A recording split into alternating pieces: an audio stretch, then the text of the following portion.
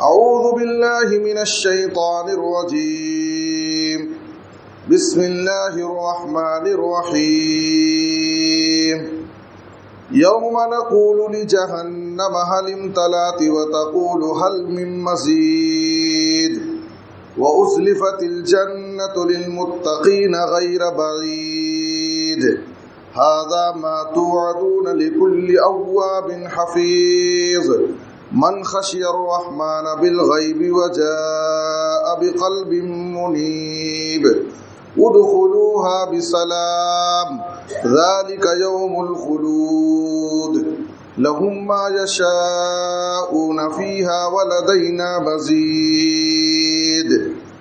وقال الله تعالى في موضع آخر أعوذ بالله من الشيطان الرجيم بسم الله الرحمن الرحيم وأنفقوا مما رزقناكم من قبل أن يأتي أحدكم الموت فيقول رب لولا أخرتني إلى أجل قريب فأصدق وأكن من الصالحين ولن يؤخر الله نفسا إذا جاء أجلها والله خبير بما تعملون.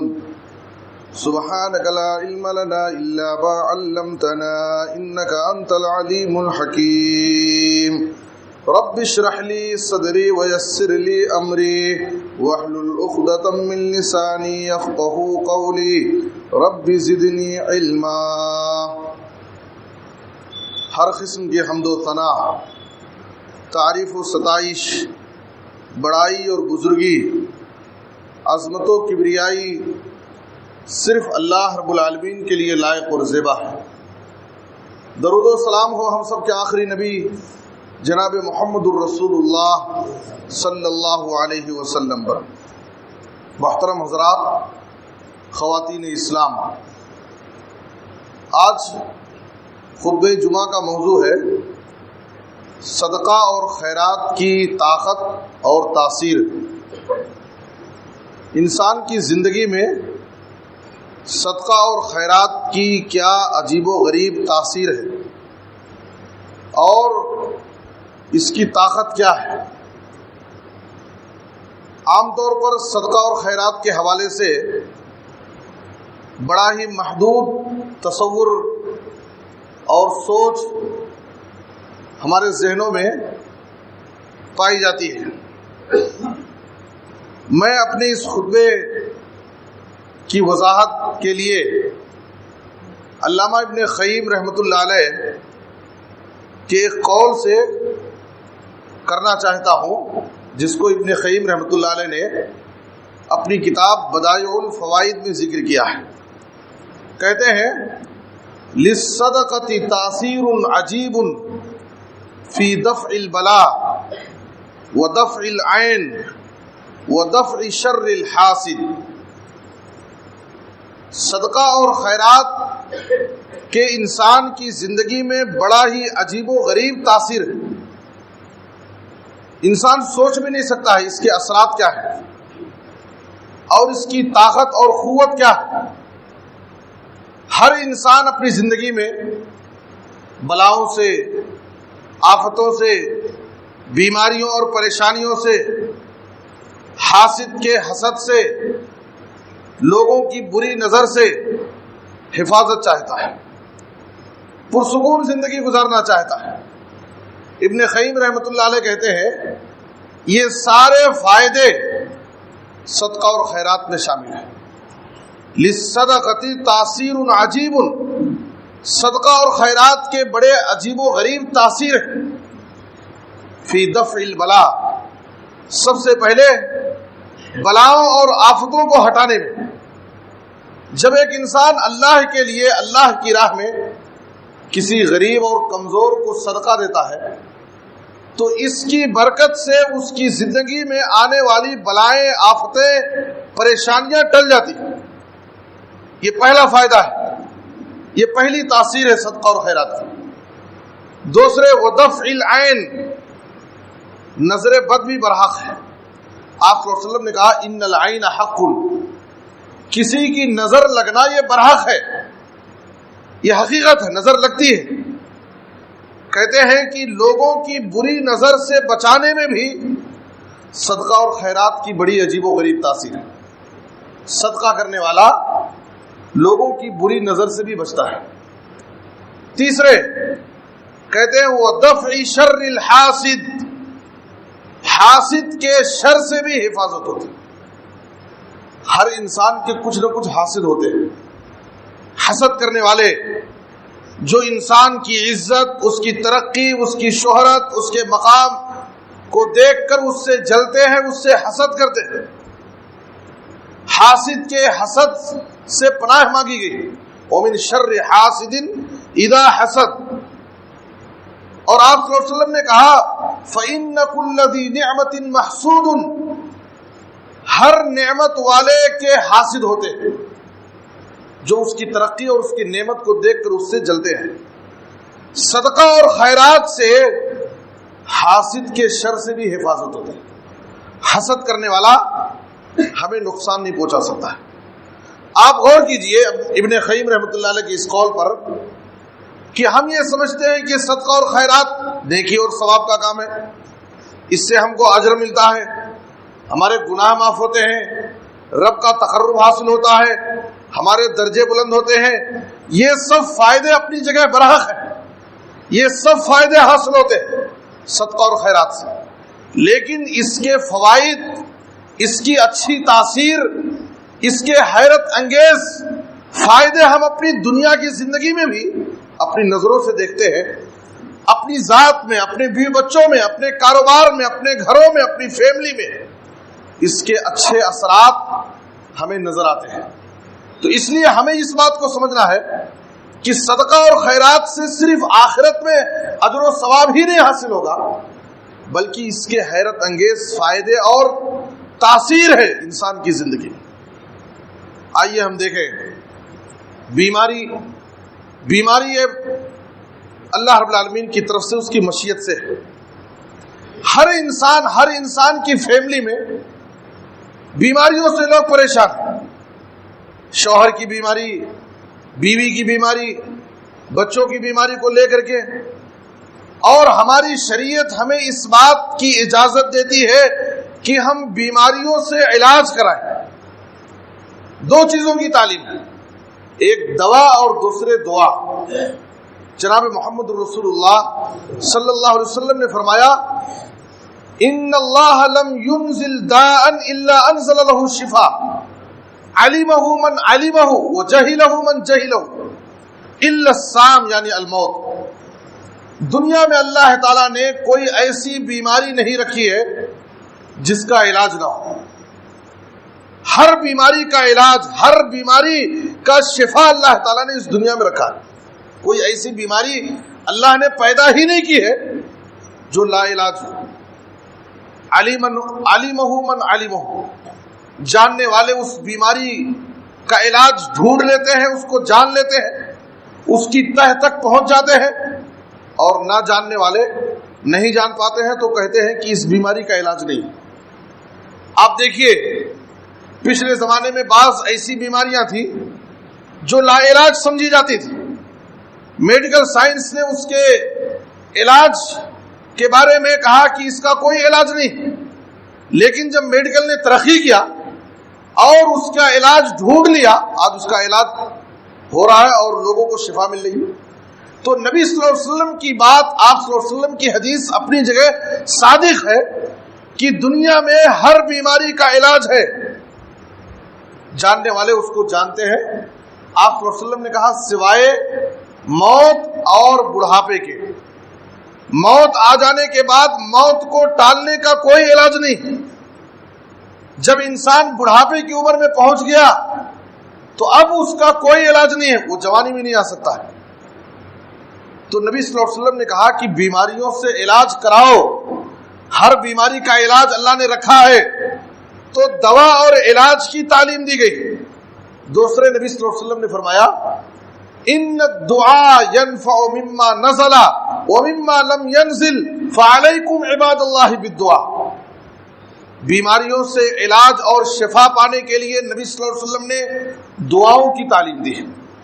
کہا کہ دعا انسان کی زندگی میں جو بیماری پریشانی آفت آ گئی ہے اور جو انسان کی زندگی میں آ سکتی ہے ان ساری پریشانیوں آفتوں بلاؤں سے حفاظت میں دعا کا بڑا کردار ہے. دعا یہ نفع بخش ہے, فائدے مند ہے ان بلاؤں اور پریشانیوں سے حفاظت میں جو ہماری زندگی میں آ چکی ہے اور جو آئندہ آ سکتی ہے. اس لیے نبی صلی اللہ علیہ وسلم نے کہا فعلیکم عباد اللہ بالدعا, اس لیے اے اللہ کے بندو تم دعاؤں کا اہتمام کرو, دعاؤں کے ذریعے اپنی بیماری اور پریشانی کو ہٹانے کی کوشش کرو. تو شریعت نے دوا اور دعا دونوں کی تعلیم دی ہے. لیکن یہاں پر ایک بات سمجھنے کی ہے, عام طور پر ہمارا جو حال ہے, ہمارے گھر میں کوئی بھی بیمار ہوا, چاہے چھوٹی بیماری ہو یا بڑی بیماری ہو, لوگ سب سے پہلے دوا کا اہتمام کرتے ہیں, ڈاکٹر کے پاس ہاسپٹلوں کو لے کر بھاگتے ہیں مریض کو. جبکہ ایک مومن کا کردار یہ ہے کہ بیماری سے علاج کے لیے سب سے پہلے دوا سے پہلے دعا کا اہتمام کریں. جب بھی نبی صلی اللہ علیہ وسلم کسی بیمار کے پاس عیادت کے لیے جاتے تو سب سے پہلے اس کو تسلی دیتے ہوئے کہتے لا باس طہور انشاءاللہ, گھبرانے کی بات نہیں ہے, انشاءاللہ اللہ کی مشیت سے اس کی توفیق سے تمہیں شفا مل جائے گی. آپ دعا پڑھتے تھے اذهب الباس رب الناس واشف انت الشافی لا شفاء الا شفاؤک شفاء لا یغادر سقما. بہت ساری دعائیں ہیں جو نبی صلی اللہ علیہ وسلم اہتمام کرتے ہیں. ہماری یہ ذمہ داری ہے, ہمارے ماں باپ کی یہ ذمہ داری ہے کہ جب گھر میں بچے بیمار ہو یا کوئی بیمار ہو تو دوا سے پہلے دعاؤں کا اہتمام کریں. کم سے کم سورہ فاتحہ ہے, آیت الکرسی ہے, قل هو اللہ احد, قل اعوذ برب الفلق, قل اعوذ برب الناس. یہ وہ صورتیں ہیں جس میں بیماریوں کا شفا اور علاج اللہ نے رکھا ہے. اللہ نے قرآن کے بارے میں کہا وَنُنَزِّلُ مِنَ الْقُرْآنِ مَا هُوَ شِفَاءٌ وَرَحْمَةٌ لِّلْمُؤْمِنِينَ. قرآن یہ انسانیت کے لیے شفا ہے, رحمت. تو ہم کو بہت بڑی بڑی دعائیں اگر یاد نہیں ہیں تو کم سے کم ان صورتوں کو پڑھ کر کے ہم مریض کے اوپر پہلے دم کریں. ہو سکتا ہے اللہ کی مشیت سے, اللہ کی مرضی سے اس بیمار انسان کو شفا مل جائے. تو بیماریوں سے علاج کے لیے دو چیزیں ہوئی, ایک دوا اور دوسرے دعا. اور دوا سے پہلے ایک مومن کو دعا کا اہتمام کرنا چاہیے. تیسری چیز نبی صلی اللہ علیہ وسلم نے فرمایا جو مجھے جس کی طرف اشارہ کرنا ہے, آپ صلی اللہ علیہ وسلم نے کہا داؤ مرضاکم بالصدقہ, اے لوگوں اپنے بیماروں کا علاج صدقے سے کرو. اپنے بیماروں کا علاج, بیماری کا علاج صدقے سے نبی صلی اللہ علیہ وسلم نے کرنے کا حکم دیا. ایک بیمار انسان اپنی بیماری کے علاج کے لیے ڈاکٹروں کے پاس ہاسپٹلوں کو پھر پھر کے تھک جاتا ہے, پریشان ہو جاتا ہے, اپنا پورا سرمایہ اس کے پیچھے خرچ کر دیتا ہے, علاج سے مایوس ہو جاتا ہے, لیکن نبی صلی اللہ علیہ وسلم کی اس تعلیم پر وہ عمل نہیں کر پاتا. ڈاکٹروں کے پاس ہاسپٹلوں میں اپنی بیماری کے علاج کے لیے لاکھوں روپے, ہزاروں روپے انسان خرچ کر دیتا ہے, علاج پانے کے لیے خرچ کرنے میں پیچھے نہیں ہٹتا ہے, لیکن بیماری کا علاج صدقے کے ذریعے نہیں کرنا چاہتا. جبکہ نبی صلی اللہ علیہ وسلم نے کہا داؤ مرضاکم بالصدقہ, اے انسان تم نے اپنے مریض, اپنے بیمار انسان کے علاج کے لیے دعاؤں کا اہتمام کیا, دواؤں کا اہتمام کیا, ڈاکٹروں کے پاس گئے, ہاسپٹلوں کو پھرے. نبی صلی اللہ علیہ وسلم کی ایک تعلیم یہ بھی ہے کہ اپنے بیمار کے علاج کے لیے کسی غریب, مجبور, پریشان حال انسان کو تم صدقہ دے دو اور اس سے دعا کی درخواست کرو. ہو سکتا ہے اس صدقے کی برکت سے اللہ تعالیٰ تمہارے بیمار کو شفا دے. اور یہ نبوی نسخہ, بہترین نسخہ. کتنے ایسے لوگ ہیں, کتنے ایسے واقعات ہیں, لوگ علاج کرا کرتے تھک گئے, مایوس ہو گئے, پریشان ہو کر بیٹھ گئے, لیکن انہوں نے آخر میں جب اس نسخے پر عمل کیا، اللہ تعالیٰ نے اس کے مریض کو، بیمار کو شفا دے دی۔ اس میں حیرت انگیز تاثیر ہے۔ مولانا عبد المالک مجاہد نے اپنی کتاب سنہرے اوراق میں ایک نصیحت آموز واقعہ بیان کر کے میں اپنی بات آگے بڑھاتا ہوں۔ عربی ہفت روزہ المسلمون کے حوالے سے اس واقعے کو نقل کیا ہے۔ کہتے ہیں کہ ملک شام کے رہنے والے ایک ڈاکٹر عیسیٰ مرزوقی تھے، جو پیشے کے اعتبار سے ایک ڈاکٹر تھے۔ دمشق کی ایک ہاسپٹل میں وہ علاج کرتے تھے۔ وہ اچانک بیمار پڑ گئے، ہاسپٹل میں ان کو ایڈمٹ کیا گیا۔ خود ڈاکٹر ہیں وہ۔ جب ان کا علاج شروع ہوا، چیک اپ کے دوران یہ بات سامنے آئی کہ ان کو کینسر کا موذی مہلک مرض لاحق ہے، کینسر کی بیماری ہے۔ ڈاکٹروں کی ایک ٹیم ان پر علاج شروع کی، لیکن مرض بڑھتا گیا جوں جوں دوا کی۔ علاج جاری ہے اور بیماری بڑھ رہی ہے۔ ڈاکٹروں کی ہدایت کے مطابق، ڈاکٹروں کے کہنے کے مطابق وہ چند ہفتوں کے مہمان رہ گئے تھے۔ ابھی وہ نوجوان تھے، شادی نہیں ہوئی تھی، البتہ ان کی منگنی ہوئی تھی۔ ان کی منگیتر سے لوگوں نے کہا کہ تمہارے ہونے والے شوہر کو کینسر جیسی بیماری ہے، تم اپنی منگنی توڑ لو، اس لیے کہ وہ چند ہفتوں کے مہمان ہیں۔ اس نیک لڑکی نے انکار کر دیا سختی سے اور کہا کہ میں اللہ پر بھروسہ کرتی ہوں اور میں اس منگنی کو نہیں توڑ سکتی۔ ڈاکٹر عیسیٰ مرزوقی ان کے پاس جو بھی رقم تھی، جو بھی سرمایہ تھا، علاج کے لیے خرچ کرتے گئے۔ شفا کی کہیں سے کوئی امید نظر نہیں آ رہی تھی۔ ایک دن مایوسی کے عالم میں بیٹھے تھے، اچانک انہیں نبی صلی اللہ علیہ وسلم کی یہ حدیث یاد آئی، داؤ مرضاکم بالصدقہ، اے لوگوں اپنے بیماروں کا علاج صدقے سے کرو۔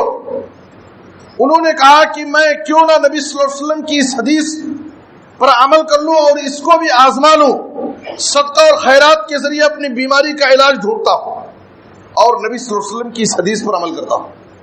کہتے ہیں کہ مجھے خیال آیا کہ ایک فیملی ہے جس کا سرپرست انتقال کر گیا تھا، اس کے گھر میں ایک بیوہ عورت تھی اور یتیم بچے تھے، جو بڑی فقر و فاقہ اور تکلیف کی زندگی گزار رہے تھے۔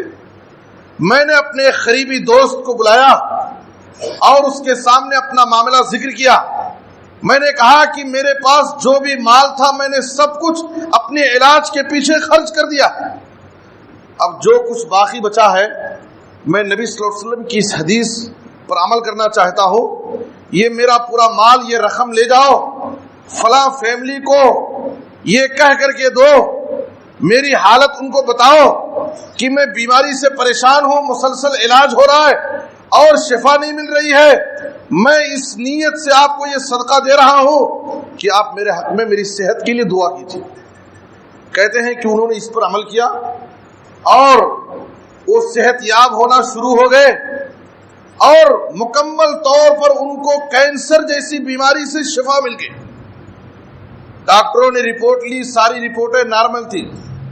ڈاکٹروں کی ٹیم پریشان ہے کہ علاج کرنے والے ہم لوگ ہیں کہ آخر کیا بات ہے کہ اچانک ان کی بیماری ختم ہو گئی اور انہیں صحت مل گئی۔ سوال کیا تم نے آخر وہ کام کون سا کیا ہے؟ تو کہا کہ میں نے نبی صلی اللہ علیہ وسلم کی اس حدیث پر عمل کر کے صدقے کے ذریعے اپنی بیماری کا علاج کیا ہے۔ تو محترم بزرگوں اور دوستوں، عام طور پر ایک انسان بیماری میں پریشان رہتا ہے، ہر طریقے سے علاج ڈھونڈتا ہے۔ نبی صلی اللہ علیہ وسلم کا یہ ایک بہترین نسخہ ہے، نبوی نسخہ۔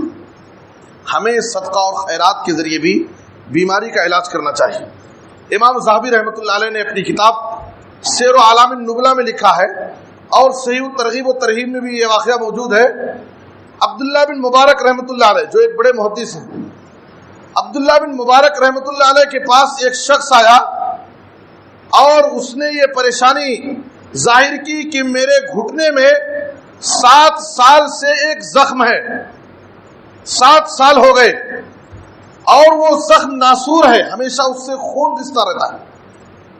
میں علاج کرا کر کے تھک گیا ہوں، کہیں کوئی شفا نہیں مل رہی ہے، 7 سال سے میرے گھٹنے میں زخم ہے اور وہ زخم ناسور ہے، ہمیشہ خون بہتے رہتا ہے، مجھے آپ کوئی مشورہ دیں، کوئی نسخہ بتائیں۔ عبداللہ بن مبارک رحمۃ اللہ علیہ نے کہا فلاں محلے میں جاؤ اور وہاں پر لوگوں کو پانی کی بڑی سخت ضرورت ہے، اور وہاں تم اپنی طرف سے اس نیت کے ساتھ کہ اللہ تعالیٰ میری اس بیماری کو ختم کر دے، مجھے صحت دے دے، وہاں پر ایک کنواں کھدوا دو، مجھے امید ہے کہ وہاں تم کنواں کھدواؤ، وہاں پر پانی کا چشمہ پھوٹے اور ادھر تمہاری بیماری کا علاج ہو جائے، تمہارے زخم سے نکلنے والا خون بند ہو جائے۔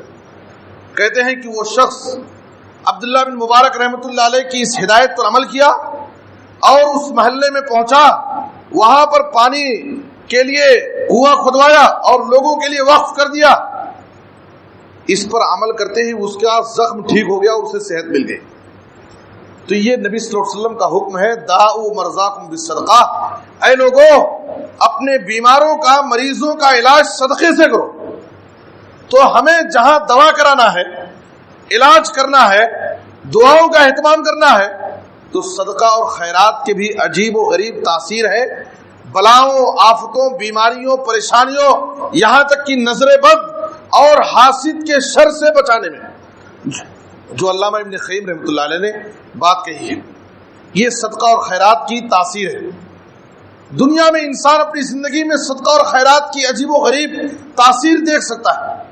جب ایک انسان اللہ کے لیے صدقہ کرتا ہے تو اللہ تعالیٰ اس بندے کی خصوصی مدد کرتا ہے دنیا میں۔ صحیح مسلم میں ایک واقعہ موجود ہے، نبی صلی اللہ علیہ وسلم نے فرمایا کہ ایک شخص اپنے باغ میں، اپنے کھیت میں جا رہا تھا اور اچانک اس نے اپنے اوپر بادل میں ایک آواز سنی کہ بادل سے کہا جا رہا ہے اس کے حدیقت فلان، اے بادل تم فلاں کے باغ کو سیراب کر دو۔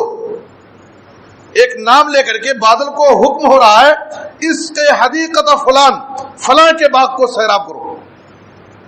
وہ نام یاد رکھ لیا، آگے بڑھا، بارش ہو رہی ہے، پورے چاروں طرف کہیں بھی کسی کے کھیت اور باغ میں بارش نہیں ہو رہی ہے، صرف اسی کے کھیت میں بارش ہو رہی ہے، اور اس کھیت میں ایک شخص کھڑا ہے، اس کے ہاتھ میں پھاوڑا ہے، وہ پھاوڑے سے نالے بنا رہا ہے اور بارش ہو رہی ہے اور اپنے باغ کو، اپنے کھیت کو سیراب کر رہا ہے۔ یہ شخص اس کے قریب گیا، اس کے کھیت میں، اور اس سے کہا یا عبداللہ مسمک، اے اللہ کے بندے تمہارا نام کیا ہے؟ تو اس نے وہی نام بتایا جو اس نے اپنے اس سے پہلے بادل میں اس نے آواز سنی تھی، اس کے حدیقت فلان، فلاں کے باغ کو سیراب، وہی نام اس نے سنا۔ تو اس نے پوچھا کہ آخر آپ میرا نام کیوں پوچھتے ہیں؟ تو کہا کہ اگر تم مجھ سے پوچھ رہے ہو تو میں بتا دینا چاہ رہا ہوں، ابھی میں نے تھوڑی دیر پہلے بادل میں اوپر آواز سنی کہ فلاں کے باغ کو سیراب کرو، تو جو نام لیا گیا تھا یہی نام ہے جو تم نے بتایا ہے۔ تو میں یہ جاننا چاہتا ہوں کہ آخر تم ایسا کون سا کام کرتے ہو کہ اللہ تعالیٰ تمہاری خصوصی مدد کر رہا ہے؟ اطراف کہیں بھی بارش نہیں ہو رہی ہے، لوگ بارش کے لیے پریشان ہیں، کھیت اور باغات مرجھا رہے ہیں، اور صرف تمہارے کھیت میں بارش ہو رہی ہے۔ کہا کہ آخر تم کون سا ایسا کام کرتے ہو؟ تو اس نے کہا کہ جب تم مجھ سے پوچھ رہے ہو تو میں بتا دینا چاہتا ہوں۔ سب سے پہلے اس نے کہا کہ جب بھی کھیت سے اناج اور غلہ پیدا ہوتا ہے، میں فصل کاٹتا ہوں، اس کے 3 حصے کرتا ہوں، فاتصدق بالثلث، 3 حصے میں 1 حصہ میں غریبوں میں صدقہ کر دیتا ہوں، دوسرا حصہ میں اپنے گھر، اپنے بیوی بچوں کو کھلانے کے لیے رکھ لیتا ہوں، اور تیسرا حصہ اگلی فصل کے لیے، بیج کے لیے رکھ لیتا ہوں، زمین میں لوٹا دیتا ہوں۔ کہا کہ اس طریقے سے میں اپنی زندگی میں یہ عمل کرتا ہوں، جب بھی فصل آتی ہے اس کے 3 حصے کرتا ہوں، ایک حصہ غریبوں میں صدقہ کر دیتا ہوں، دوسرا حصہ اپنے گھر بھی بچوں کو کھلانے کے لیے رکھ لیتا ہوں، اور تیسرا حصہ کھیت میں بیج کے لیے لوٹا دیتا ہوں۔ کہا بس کرو، اسی صدقہ کی برکت ہے کہ اللہ تعالیٰ تمہاری خصوصی مدد کر رہا ہے۔ کہیں بارش نہیں ہو رہی ہے، اللہ تعالیٰ نے باغ کو حکم دیا اور بادل کو حکم دیا اور آسمان سے صرف تمہارے کھیت میں بارش ہے۔ یہ صدقہ اور خیرات کی تاثیر ہے۔ اللہ تعالیٰ دنیا میں ہماری زندگی میں خصوصی طور پر اللہ کے لیے، اللہ کی رضا کے لیے اگر ہم صدقہ اور خیرات کرتے ہیں تو اس کے اچھے اثرات ہم اپنی زندگی میں، اپنے فیملی میں، اپنی تجارت میں، اپنے کاروبار میں، اپنے گھروں میں ہم دیکھتے ہیں۔ آخرت میں جو فائدہ ہوگا وہ تو ہوگا ہی، دنیا میں بھی اس کے بڑے فائدے ہیں اور اس کی بڑی عجیب و غریب تاثیر ہے۔ شرط یہ ہے کہ ہم صدقہ اور خیرات اللہ کے لیے کریں، اللہ کو راضی کرنے کے لیے۔ نبی صلی اللہ علیہ وسلم نے فرمایا، سے بخاری کی حدیث ہے، ما من یوم یصبح العباد فیہ الا ملکان ینزلان فیقول احدہما اللہم آت منفقا خلفا ویقول الاخر اللہم آت ممسکا تلفا۔ جب بھی انسان صبح کرتا ہے، صبح کے وقت ہر دن ہر بندے کے پاس آسمان سے دو فرشتے آتے ہیں۔ ایک فرشتہ دعا کرتا ہے، دوسرا فرشتہ بد دعا کرتا ہے۔ ایک فرشتہ دعا کرتا ہے اللہم آت منفقا خلفا، اے اللہ خرچ کرنے والے کو اور اس کو بہترین بدلہ دے۔ اور دوسرا فرشتہ بد دعا کرتا ہے اے اللہ بخیلی کرنے والے، مال کو جمع کرنے والے، روکنے والے کے مال کو اے اللہ برباد کر دے۔ یاد رکھیں کہ ہمارے مال میں صرف ہمارا حق نہیں ہے، بلکہ ہمارے مال میں سماج کے غریبوں اور محتاجوں کا بھی حق ہے۔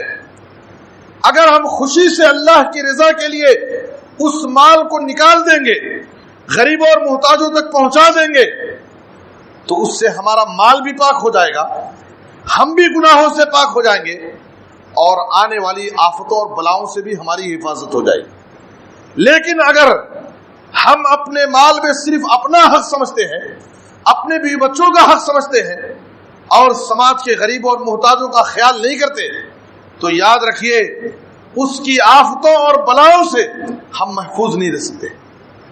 اس لیے کہ فرشتہ اس مال کی بربادی کے لیے اللہ سے بد دعا کرتا ہے ہر دن، اے اللہ بخیلی کرنے والے، مال کو روک کر جمع کر کے رکھنے والے کے لیے اے اللہ اس کے مال کو برباد کر دے۔ تو یہ صدقہ اور خیرات کی تاثیر ہے انسان کی دنیاوی زندگی میں۔ جب انسان مر جاتا ہے، مرنے کے بعد قبر میں اس کو دفن کیا جاتا ہے۔ طبرانی کی حدیث ہے، نبی صلی اللہ علیہ وسلم نے فرمایا، دیکھیے قبر میں صدقہ اور خیرات کی تاثیر کیا ہے۔ یوت الرجل فی قبرہ فاذا اوتی من قبل راسہ دفعته تلاوۃ القرآن واذا اوتی من قبل یدیہ دفعته الصدقہ واذا اوتی من قبل رجلیہ دفعه مشیہ الی المساجد۔ آپ صلی اللہ علیہ وسلم نے کہا کہ جب انسان قبر میں دفن کیا جاتا ہے، عذاب کا فرشتہ اس کے سرانے سے اس کے پاس آنا چاہتا ہے۔ عذاب کا فرشتہ خبر میں انسان کے سرانے سے، سر کی طرف سے اس کے پاس عذاب دینے کے لیے آنا چاہتا ہے۔ حدیث میں ہے دفعتہ تلاوت القرآن، قرآن مجید کی تلاوت اس کے سامنے کھڑی ہو جاتی ہے اور اس عذاب کے فرشتے کو روکتی ہے۔ اے فرشتے، تم اس بندے کو عذاب دینے کے لیے اس کے پاس نہیں جا سکتے، اس لیے کہ یہ بندہ دنیا میں اپنی زندگی میں قرآن مجید کی تلاوت کرتا تھا، اس لیے تم اس بندے کے پاس عذاب دینے کے لیے نہیں جا سکتے۔ قرآن کی تلاوت اس فرشتے کو عذاب دینے سے دفع کرتی ہے، ہٹاتی ہے۔ میرے بزرگ اور دوستو، ہم اور آپ غور کریں، قرآن مجید سے ہمارا کیسا تعلق ہے۔ میں یہ کہتا ہوں کہ آج مسلمانوں کا قرآن سے ایک جذباتی تعلق رہ گیا ہے، جذباتی تعلق۔ دنیا کے کسی کونے میں کوئی ظالم، کوئی دشمن قرآن کی شان میں گستاخی کرتا ہے، قرآن کا مذاق اڑاتا ہے، قرآن کی بے حرمتی کرتا ہے، دنیا بھر کے مسلمان جذبات میں آ جاتے ہیں، مشتعل ہوتے ہیں، غم و غصے کا اظہار کرتے ہیں۔ ہمیں سوچنا چاہیے کہ قرآن مجید کا احترام ہمارے پاس کتنا ہے۔ کیا قرآن کا حق یہی ہے کہ اس کو الماریوں میں سجا کر رکھ دے؟ ہم میں سے ہر شخص اپنا جائزہ لے، کتنے ایام گزر گئے، کتنے ہفتے گزر جاتے ہیں، مہینے گزر جاتے ہیں، لیکن ہم قرآن اپنے ہاتھوں میں نہیں لیتے۔ قرآن کا احترام یہی ہے، قرآن مجید کا حق ہمارے اوپر یہی ہے۔ ہفتے مہینے گزر جاتے ہیں، ہر شخص موبائل فون میں صبح سے شام تک، رات سونے تک، بار بار چند منٹوں کے بعد موبائل فون ہم واٹس ایپ چیک کرتے ہیں، فیس بک چیک کرتے ہیں، آنے والی تمام خبروں کو غور سے بالترتیب پوری خبریں دیکھتے ہیں، پڑھتے ہیں، سمجھتے ہیں۔ ہمارے پاس وقت ہے، لیکن چند صفحے، چند سورتیں قرآن مجید کی تلاوت کا ہمارے پاس وقت نہیں۔ میرے بزرگ اور دوستو، یہ بہت بڑی سچائی ہے، بہت بڑی حقیقت کہ آج مسلمانوں کا تعلق قرآن سے بہت کمزور ہو گیا، اور یہی ایک بہت بڑا سبب ہے مسلمانوں کے زوال اور پستی کا، کہ قرآن سے ہمارا تعلق کمزور ہو گیا، اللہ کی کتاب سے ہم نے اپنا رشتہ توڑ لیا، اللہ سے ہمارا تعلق کمزور ہو گیا۔ وہ زمانے میں معزز تھے مسلمان ہو کر، اور ہم خار ہوئے تاریک خرا۔ اس کتاب پر عمل کر کے دنیا میں ایسی قومیں گزری ہیں جن کو اللہ تعالیٰ نے اس روئے زمین پر عزت دی، حکومت عطا کی، قیادت دی ان کو،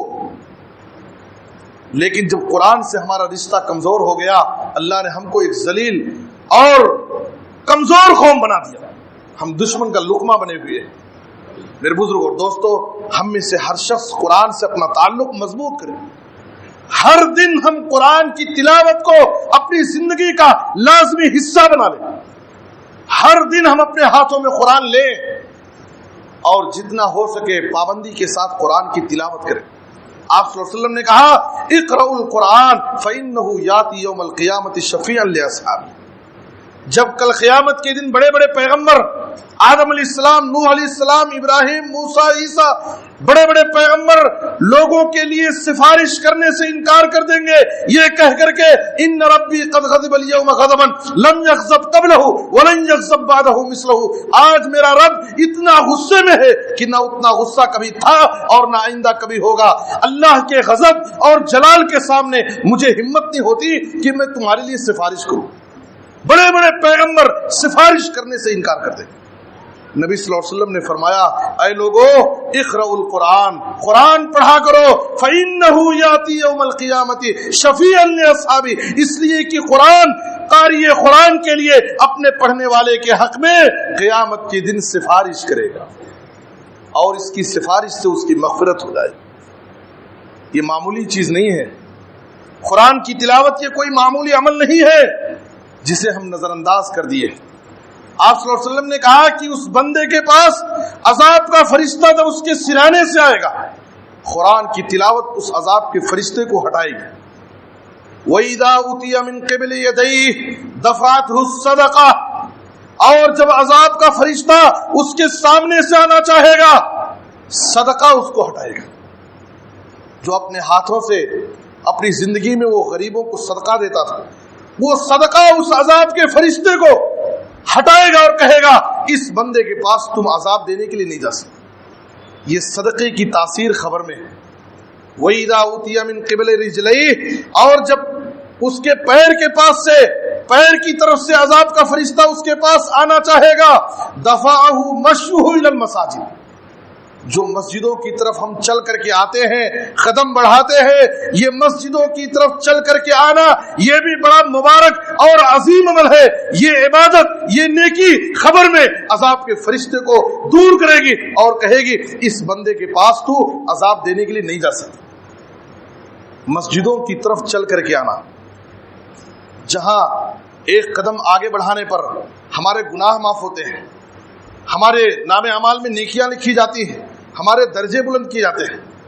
میرے بزرگ اور دوستو، ابن ماجہ کی ایک حدیث اس موقع پر میں آپ کے سامنے جمعہ کے حوالے سے بیان کرنا چاہتا ہوں۔ نبی صلی اللہ علیہ وسلم نے کہا جو عام طور پر مساجد میں یہ ہماری بیماری اور پریشانی ہے کہ مسجدوں میں جمعہ کے دن لوگ تاخیر سے پہنچتے ہیں، یہ بڑی عظیم حدیث ہے، اور محدثین نے لکھا ہے کہ نہیں معلوم کہ شاید کسی بھی عمل پر اتنا بڑا فائدہ بیان کیا گیا ہو جو فائدہ اس حدیث میں بیان کیا، کسی بھی عمل پر اتنا بڑا ثواب، اتنا بڑا فائدہ شاید کہیں نہیں بیان کیا گیا جو اس حدیث میں بیان کیا گیا ہے۔